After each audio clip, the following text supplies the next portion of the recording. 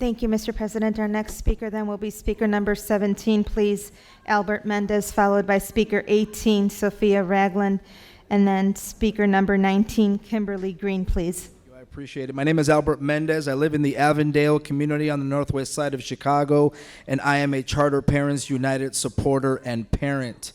I have 3 children that attend the CICS Irving Park campus, which I am proud to say that for 2 years running has been the highest performing charter school in the city of Chicago.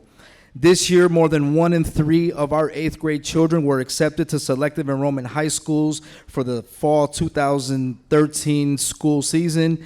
If any of you have not had the opportunity to come visit us at Irving Park, I encourage you to take some time out of your busy days. Come pay us a visit. I'm happy to personally give you a tour of our school. It really is a special place. And while I'll tell you that I couldn't be more grateful for what charter schools are doing for my children and for their future, myself and my fellow tax-paying parents, we scratch our heads and we wonder, how is it that our school is not funded equally to the per pupil received by other Chicago public schools? Ladies and gentlemen, I tell you that education is a civil right, and I see the current funding gap between charter schools and other CPS schools as a violation of that civil right. I'm not here to pose a challenge between traditional CPS and charters. We stand and we understand that our children have needs. If I didn't have the choice to send my child to a high-quality charter school in Chicago, my family and I might have had to look elsewhere as an option. But if the funding inequity continues to undermine charter schools' ability to thrive, we may just have to walk away from Chicago and its public schools. I want to share with you the mission of CICS Irving Park. Our mission statement reads as follows: it is to prepare all students to enter and succeed in college through effort, achievement, and the content of their character. All CICS Irving Park students will demonstrate excellence in reading, writing, math, science, and history while consistently exemplifying the virtues of respect, integrity, diligence, responsibility, compassion, and perseverance. Board members, I ask you to stand today with us, that you also exemplify the virtues of respect, integrity, diligence, responsibility, compassion, and perseverance, and stand with the Charter Parents United to ensure that our schools are equally funded, because investing in our children is investing in our future. Thank you, Mr. Mendez. Thank you for your time. Our next speaker, please, speaker number 18, Sophia Ragland, followed by speaker 19, Kimberly Green. Good afternoon, David. President David Vitale, CEO Barbara Bird Bennett. I also thank you for this opportunity to come before the board again. Ma'am, could you speak into the microphone a little bit more so we can hear you? Yes, sir. I also thank you for the opportunity to come before the again, as I understand that once you come before the podium, you are not to return, but I thank you for the opportunity. Also, President Vitale, I thank you for coming out to William Carter Elementary last week. With me standing here, I see that you were not impressed. I cannot read your mind, because we wouldn't be on the list for a turnaround. I also would like to thank you all for keeping Carter School open. I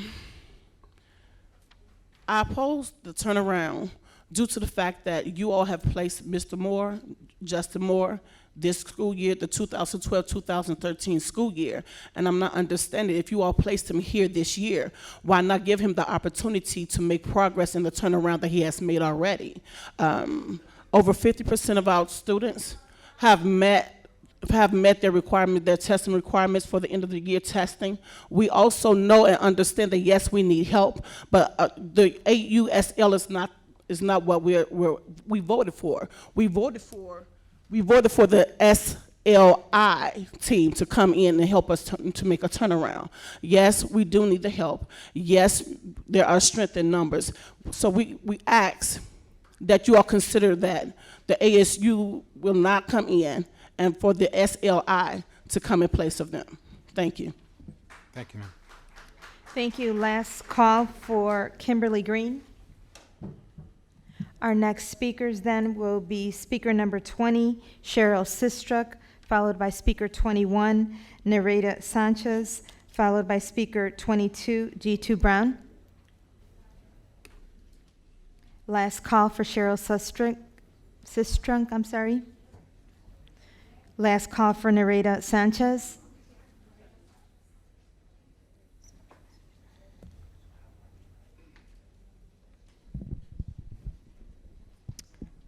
Good morning, and thank you for allowing me the opportunity to address you this morning.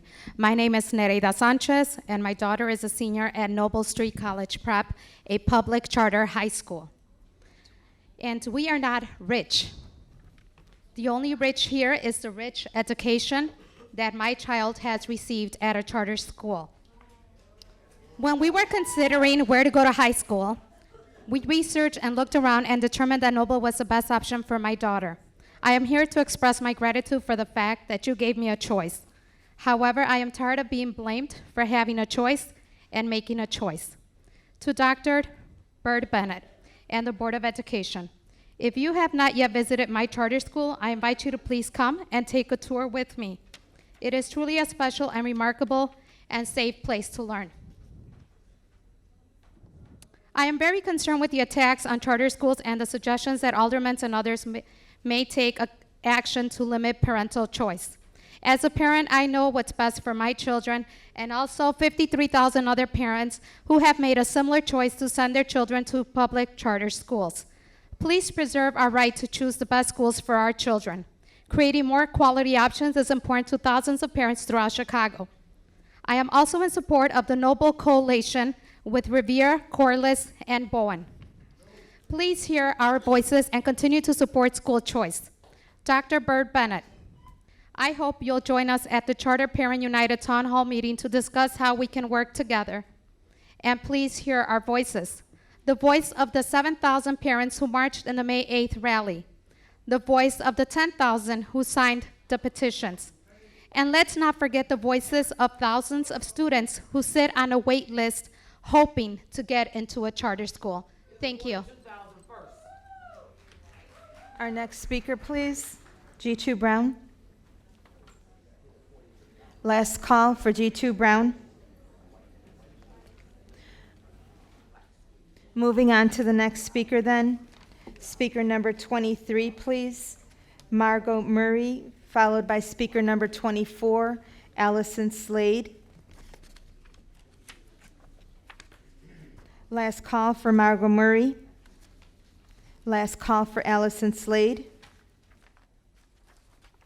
Moving on to speaker number 26, please, David Montgomery, followed by speaker 27, Jametta Pensons.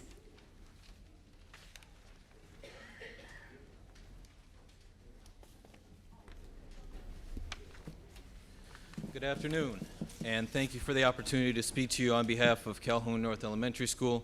My name is David Montgomery. I'm a science teacher and the data analyst at Calhoun North, and I come before you to demonstrate the need for Calhoun North to remain open for the 2013-2014 school year at its current location. Calhoun North Elementary is a strong, high-performing neighborhood school that deserves to be removed from the closure list for various reasons. First, Calhoun should be rated as a level 1 school according to the CPS performance policy, and therefore exempt from closure based upon the criteria set forth by CPS. The data that supports this claim is explained in the performance policy review section of the binder that I provided to this meeting, as it was also provided at 2 community meetings and the public hearing prior to this meeting. To provide you with a brief summary, during the previous school year, 1 student transferred into Calhoun North during ISAT testing. Although he received 0 days of instruction, he was provided with the test in accordance with state guidelines and requirements and achieved a level of warning on his science ISAT. If his tests were removed from Calhoun's performance policy scorecards, our scores would indicate we would be a level 1 school. Despite Chicago Public Schools' roster verification system stating that, and I quote, teacher-driven roster verification gives credit where credit is due to teachers who are responsible for instructing their students for all or part of the year, this 1 student's scores continue to count against Calhoun's performance policy scorecard, rather than counting against the school from which he transferred. To me, this contradicts the goal of CPS roster verification, which is supposed to, quote unquote, ensure the highest quality data. If any school is to be given serious consideration for closure, to me, nothing but the highest quality data should be used. As I stated before, Calhoun North is a high-performing neighborhood school. It's seen its scores increase from 16.6 in 2001 to 81.3% in 2012. Scores that are academically better than the charter school referenced by Alderman Burnett, which opened in 2009. Calhoun scores are also above the CPS district average for the past 6 years. Mr. Montgomery, can you please conclude? Yes. Thank In you. fact, it's one of the 4 schools on the closing list that's had scores above the district average, and it's the only one that's on the list with composite ISAT scores above 80%. If educating students is truly the goal of Chicago Public Schools, I have trouble understanding why they would be interested in closing a school that does it as effectively as Calhoun North has done over the years. Thank you, Mr. Montgomery. Our next speaker then is speaker number 27, Jametta Pensons, followed by speaker 28, Antoinette C. Geralds, followed by the speaker number 29, Ketty Tuthorn from Courtenay, and speaker 47, Katie Reed from Courtenay as well. Go ahead, ma'am. Good afternoon, President Vitale, CEO Barbara Byrd Bennett, and everyone else on the Chicago Board of Education. My name is Jametta Penson. I am the PAC chairperson of Mahalia Jackson School, and I have a letter from our school.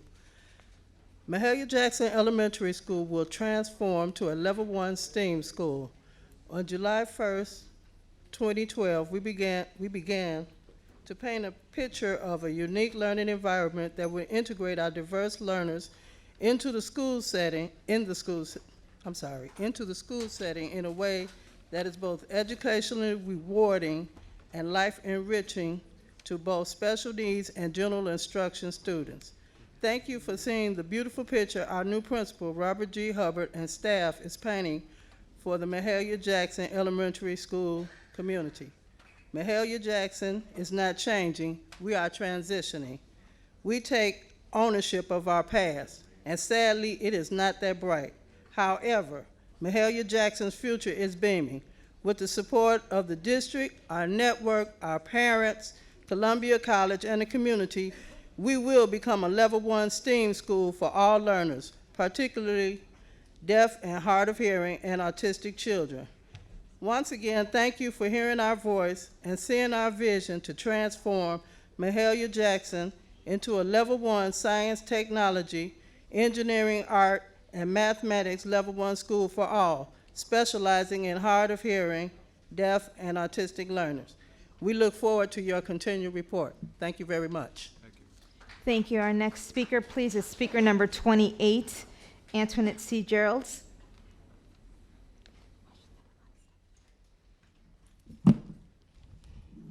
Good afternoon. First of all, I want to say thank you for allowing me this opportunity to speak before you. To our board president, to our CEO, and also to the remaining board and to the CPS. My name is Antoinette C. Gerald, and I live in West Inglewood.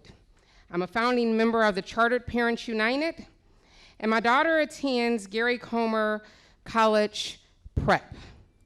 She's an honor student, and I'm so proud of her.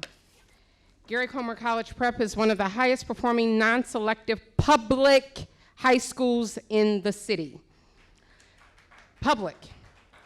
We choose Noble because of 2 reasons. 1, because of the safe environment, but number 2, because of the quality education that we were striving to achieve when we made the choice in order for her to get an education. Charter Parents United formed because it was time for the parents' voice in the charter schools to actually be heard. As you know, we had a rally. We had a rally on May 8th, and Dr. Barbara Byrd Bennett, I hope you received the postcards that we delivered, which was 53,000 postcards. Not a dime. But I can tell you this, what was in it was that we were requesting for the equal funding for each one of the charter schools, so that there is no comparison. I want to say this, and just like the charter parent prior, we're tired of being blamed for the choice that we made. All we want is equality. We want equality in funding because we're getting the superb education. We're public parents. We're chartered parents. Ms. C. Gerald, excuse me, can you please conclude? Yes, I can. Thank you. I want to say that we are not for the school closing. Matter of fact, we actually have no opinion on it. All we're here for is to say that we want our equal funding. When I just said that we don't support school closing. All we're in support of is the equal funding. What I have here for you today is petitions signed by 10,000 parents asking for equal funding, and please, please, please continue to let us have our choice. Thank you. Thank you. Our next speaker, please, is speaker number 29, Ketty Tuthorn, followed by speaker 47, Katie Reed.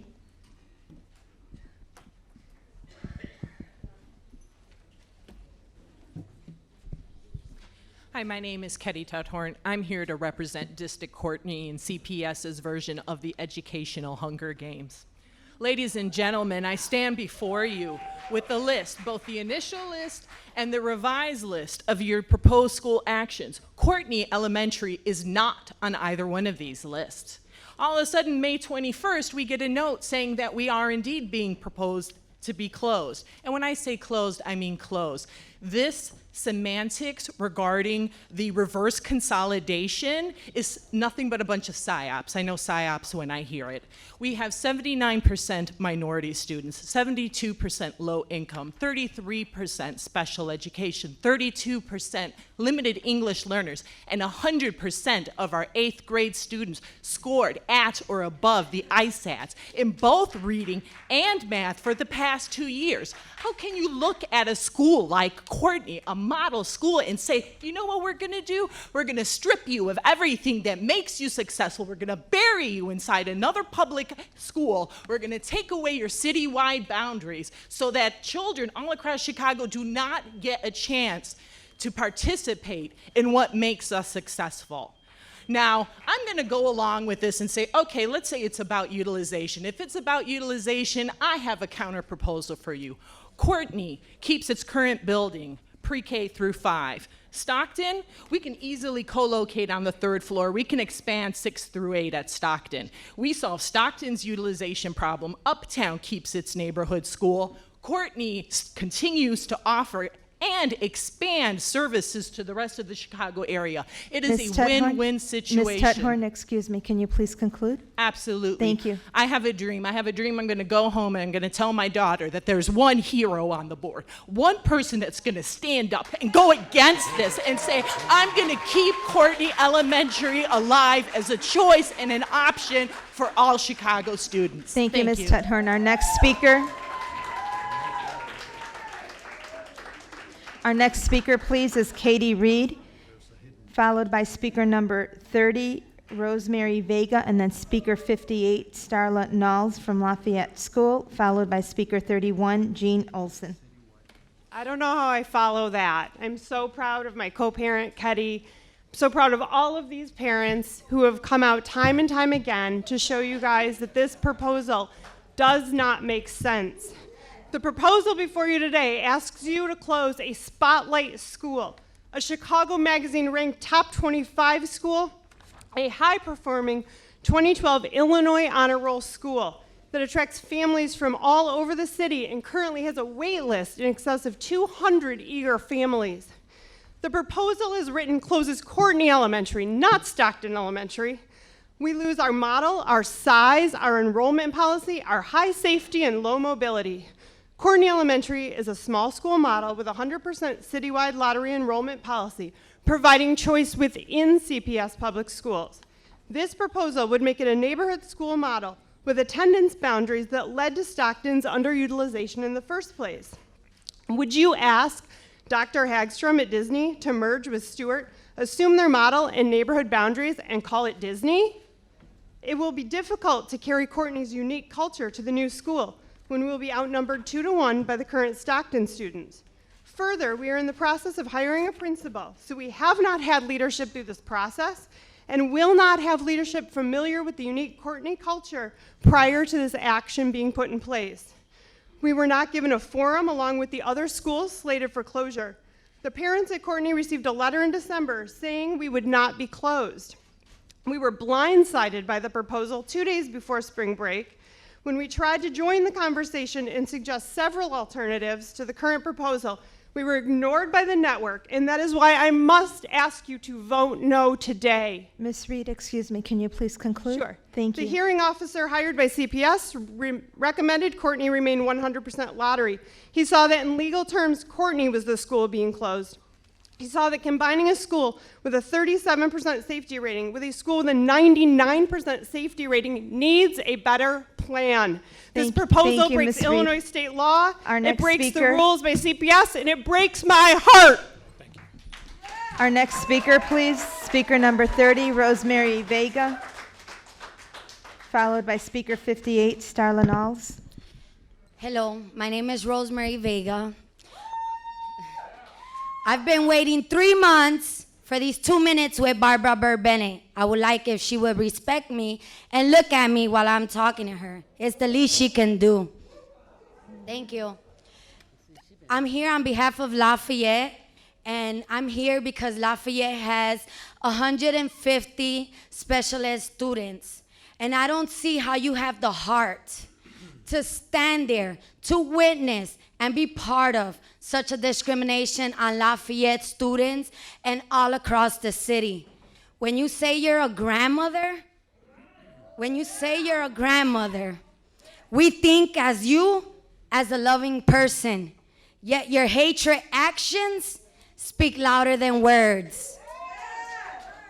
So, Ms. Barbara Burr Bennett, when you close these schools and you hear about these children being beat up, bullied, dropped out of school, or even murdered, think about it. You have grandchildren, okay? These kids have grandmothers whose hearts hurt because our children have no one to defend them. Another thing I want to add, Barbara Burr Bennett, is, you should really look at your heart when it comes to attacking our children, because that's what you're doing. You're attacking our children and breaking our communities. And we need these schools. If there's one thing you've done right that I can actually say is that you have made our community come together and fight this battle. Ms. Vega?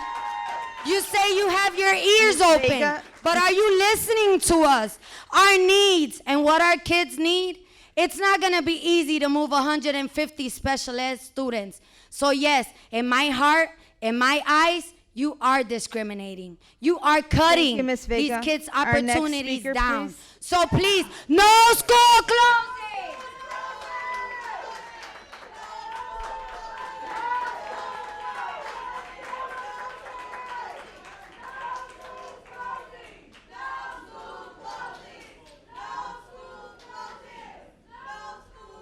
Our next speaker, please, and last call for Starla Knowles, speaker number 58.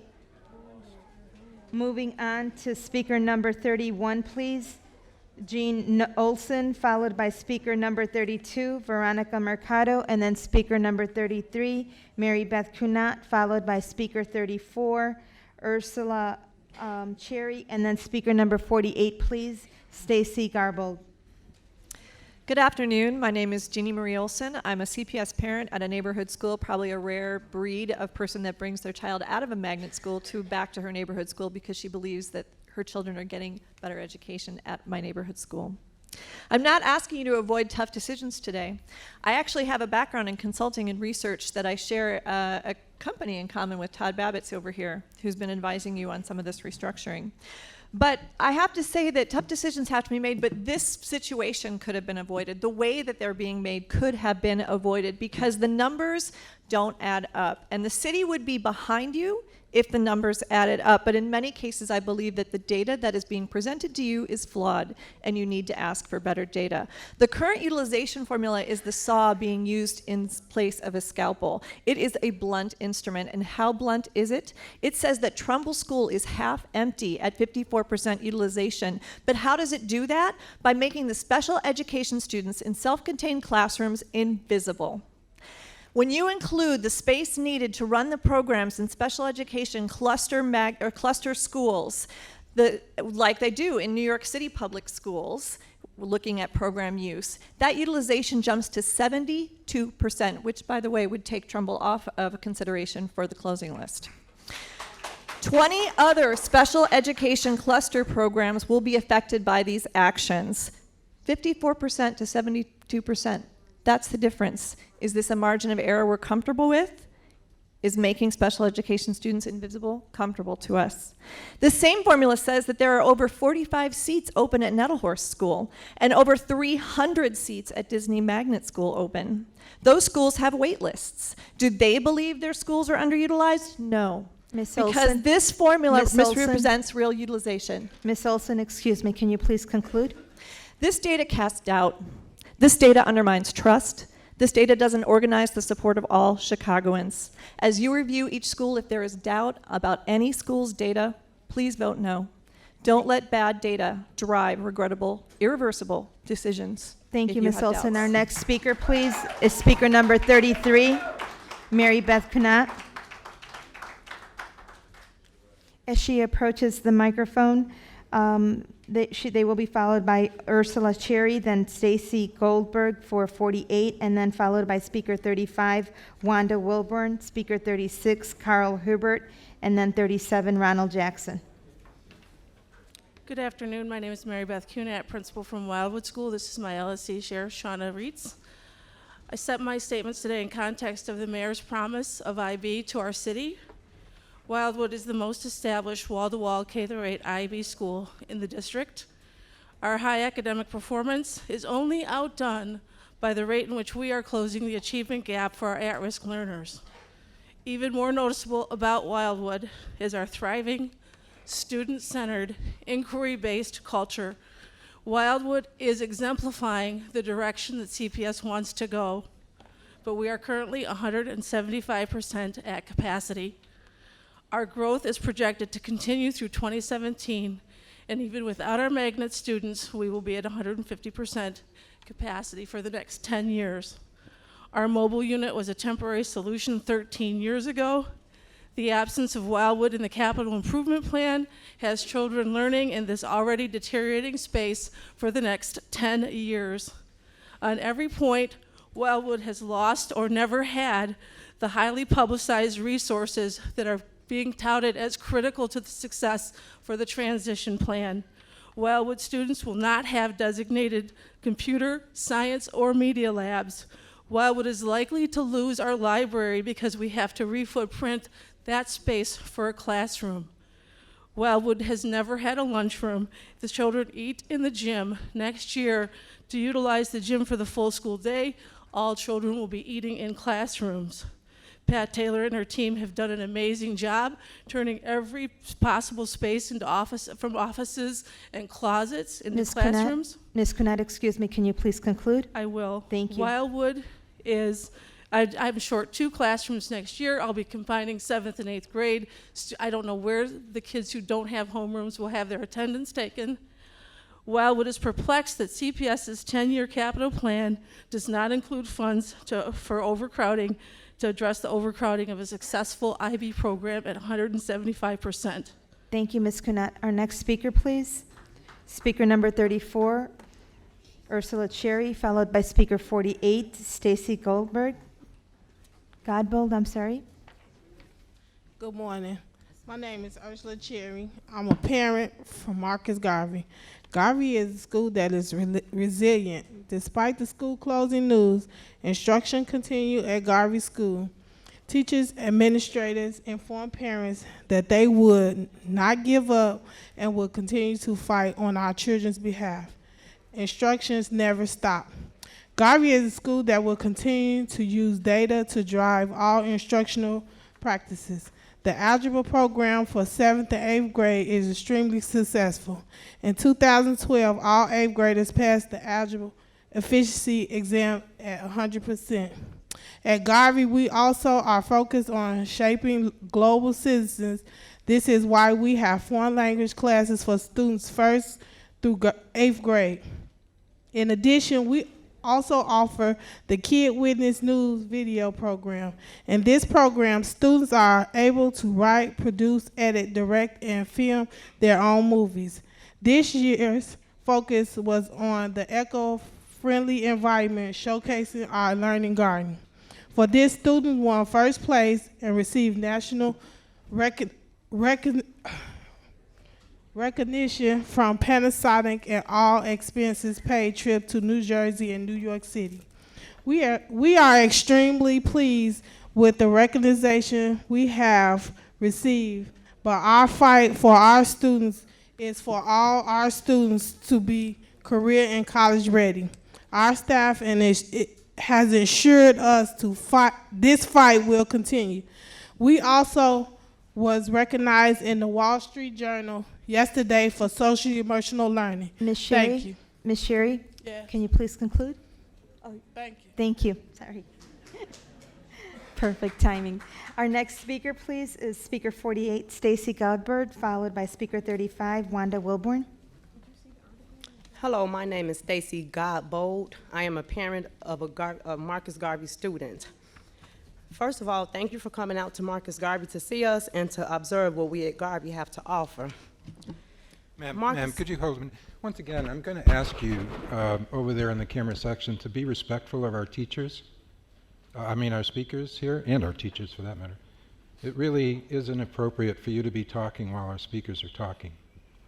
And you continue to do it even while I'm addressing you. So do I have to ask you to leave?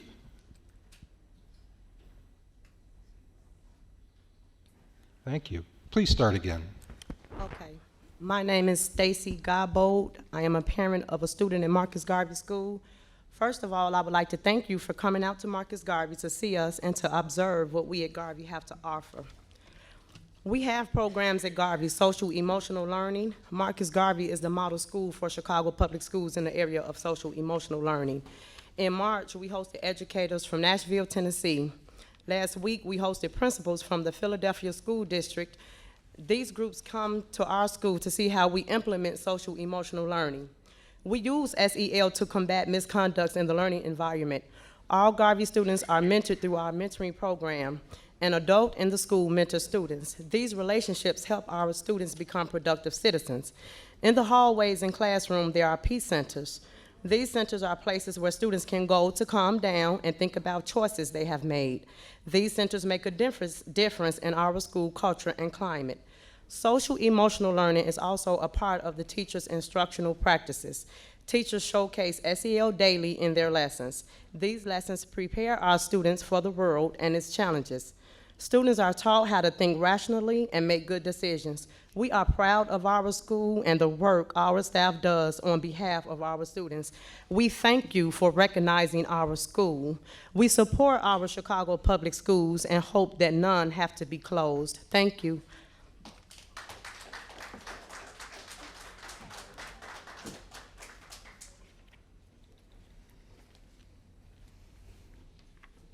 Hello. And my name is Wanda Wilburn. And I'm here to let you guys know that you guys are raping our children of their heritage. How can you judge schools where you have never experienced the climate? Some of our schools may be underutilized, as you say, with classroom of 30 kids or more. I think not. Our schools are underprivileged because CPS has a budget, but these children and their teachers are not dollar signs. They are people with feelings and lives. Instead of closing our schools, consider AUSL schools that are on the rise. We have 2,000 signatures from families and parents and community members who support turnarounds, not school closing or charter schools. And please remember that AUSL schools such as Harvard School of Excellence and Stagg School of Excellence are still public schools. They still serve the kids of the Inglewood community and their parents with functioning PACs and LSCs. Thank you very much.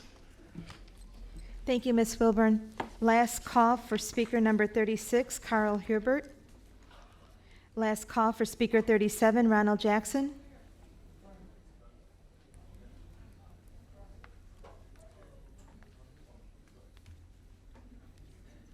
Yes, sir. Hi, good morning, ladies and gentlemen of the board. My name is Carl Hubert. I'm the CTU Safety and Security Coordinator, and I'm also here as an elementary school teacher and as a concerned citizen. Brown versus Board of Education, 1954, established that separate public schools for children of color and other ethnic groups is unconstitutional. The Supreme Court concluded that, after that decision, that in the field of public education, the doctrine of separate but equal has no place. Separate educational facilities are inherently unequal. The majority of schools impacted by the push to close down the schools are impacting predominantly children and babies of color. The South pushed back against Brown by ordering the closure of schools. Another of these laws established established the board that would determine which school a student would attend. The decision of these boards was based almost entirely on race. And of course, I'm not casting aspersions, President Vitale. As both a teacher and concerned citizen, I respectfully request that you, the Chicago Public Board, pay attention to history, because history does repeat itself, and take note of the negative impact and effect of closing down schools that houses our babies. Remedy. I propose in this final hour that you table your votes today. And that's a big request, because I know there's so many folks probably larger than you are, and there's so many other factors involved and so on and so forth. But I'm asking you personally, because you are the board. Mr. Hubert, Yes, excuse ma'am. me, can you please conclude? I shall. Thank you. It is imperative that you do justice.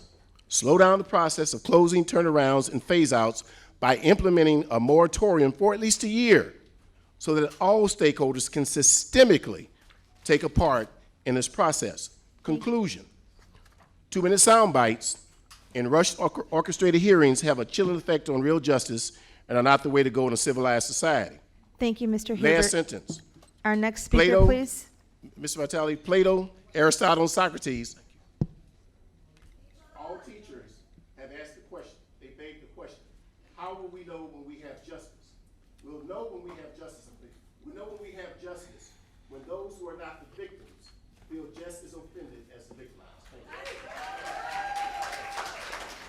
As our next speaker approaches, speaker number 37, Ronald Jackson. The next speakers will be speaker number 38, Jatan Holt, followed by speaker 54, Darlene Jackson, and then speaker number 40, please, CJ Hawking. My name is Ronald Jackson. I'm an LSC at Tilden High School and a member of the NAACP. And my question is to this board, why have you not told those parents children will be going to the receiving schools about how many pedophiles or sex offenders is in their own neighborhood? It's been over 2 months I asked this question. So I want to ask Ms. Child, or either your head of security, why have they not informed those parents how many sex offenders are coming into the neighborhood, or how many sex offenders are in their neighborhood? You want to close the school, send the kids over, but yet you say you have a safety plan. Where's your safety plan? You have not announced that to the parents, that look, there's 10 sex offenders that's in this neighborhood, but yet no one wants to sit up here and talk about that. The news media doesn't even address that issue to ask you, what about the sex offender? There will be over 1,000 sex offenders that will be released from the prison this year, but yet none of you have addressed that issue to this panel of peoples.